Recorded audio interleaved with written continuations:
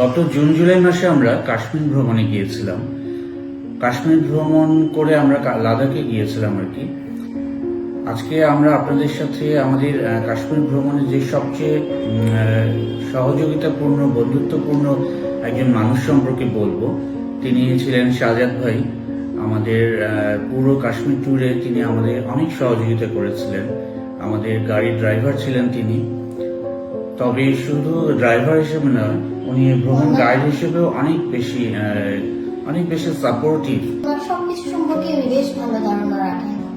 উনি আমাদেরকে hotel book করতে সহযোগিতা করেছিলেন। কোথায় কোনটা পাওয়া যাবে, কোথায় কোন জিনিস কম টাকায় পাওয়া যাবে, ভালো জিনিস পাওয়া যাবে, সবকিছু সম্পর্কে বেশ ভালো ধারণা ছিল না।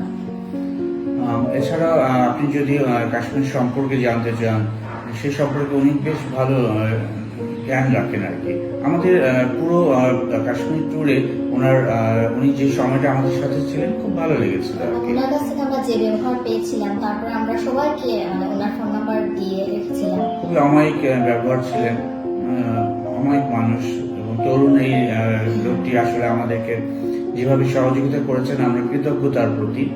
তো আমরা তার যোগাযোগের নাম্বার আপনাদের সাথে শেয়ার করব। আশা করি আপনারা কাশ্মীর কখনো ভ্রমণে গেলে তার সাথে যোগাযোগ করতে পারবেন। নিশ্চিন্তে সেটা আসলে সম্ভব। আমরা কাশ্মীরে অনেক বেশ কয়েকদিন ছিলাম। পুরোটা সময় উনি আমাদের সাথে ছিলেন।